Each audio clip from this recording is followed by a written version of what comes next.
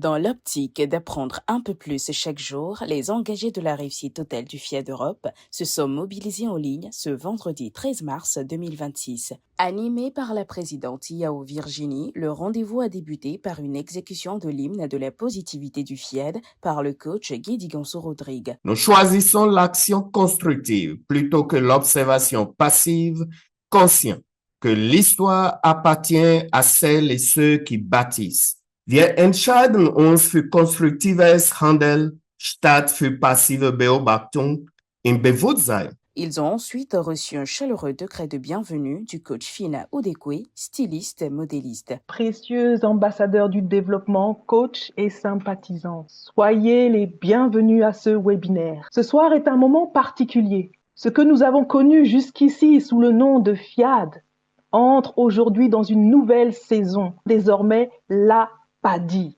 Ce changement de nom n'est pas simplement une transition administrative. Il est le signe d'un tournant. La PADI est un espace d'élévation, une école de transformation, un lieu où on vient apprendre, réfléchir. Je nous décrète à tous une disposition favorable de cœur, l'écoute attentive et surtout la sagesse de mettre en pratique. Place aux exhortations avec la première titrée « La dynamique des bâtisseurs » délivrée par la vice-présidente Maud Dorothée. Lorsqu'on parle de bâtisseurs, on pense immédiatement à des personnes qui construisent, qui élèvent, qui laissent une trace. Être un bâtisseur, c'est avant tout construire des vies, des projets, des communautés et un avenir. Pour être bâtisseur, il faut avoir déjà la vision, la détermination et puis l'action. La première chose qui caractérise déjà la vision, c'est que le bâtisseur voit ce que les autres ne voient pas encore. Là où certains voient des limites, lui voit des possibilités. La deuxième caractéristique d'un bâtisseur, c'est la détermination.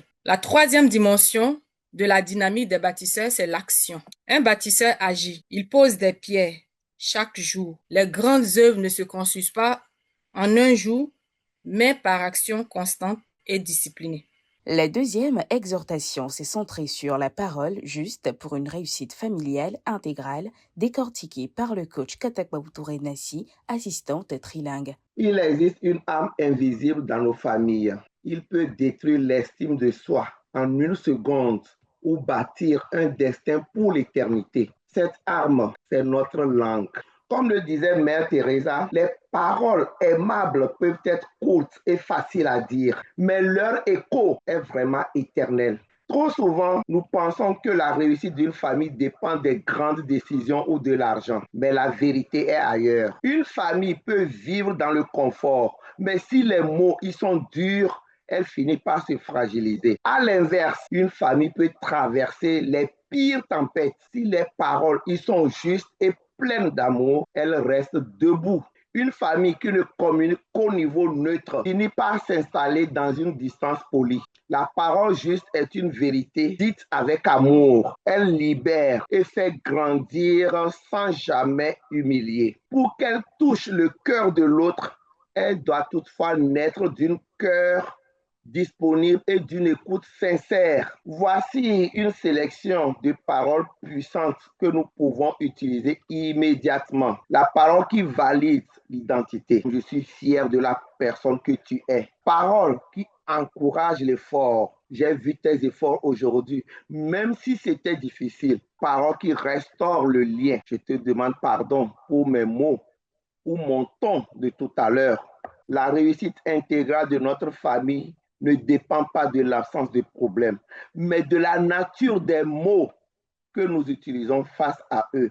Le leadership personnel, ce fut le thème abordé dans la troisième et dernière intervention par le coach Ackley Alvin, assistante en maîtrise d'ouvrage. Avant de diriger une entreprise, avant d'influencer une organisation, il faut apprendre à se gouverner soi-même. C'est cela le leadership personnel. Un jour, un jeune homme se plaignait constamment de sa vie. Il disait « Je n'ai pas les bonnes opportunités. Les autres ont plus de chance que moi.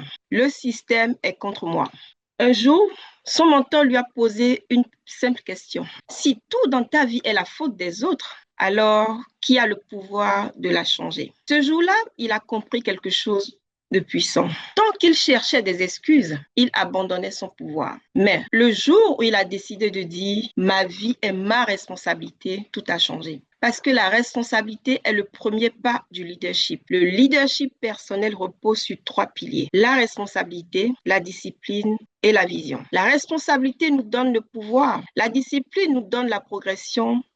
Et la vision nous donne la direction. Décidons de prendre le leadership de notre vie ou de continuer dans ce sens, bien sûr. Dirigeons notre esprit, notre temps, nos actions et notre destinée. Place maintenant aux questions et commentaires avant de clôturer la soirée avec une dynamique programmation du coach Katakpao Touré-Nassi, assistante trilingue. D'entretien des relations fondées sur la confiance, le respect et la bienveillance réciproque. C'est avec cette recharge positive qu'ils ont refermé les portes de cette soirée. Le rendez-vous est pris la semaine prochaine pour une nouvelle session.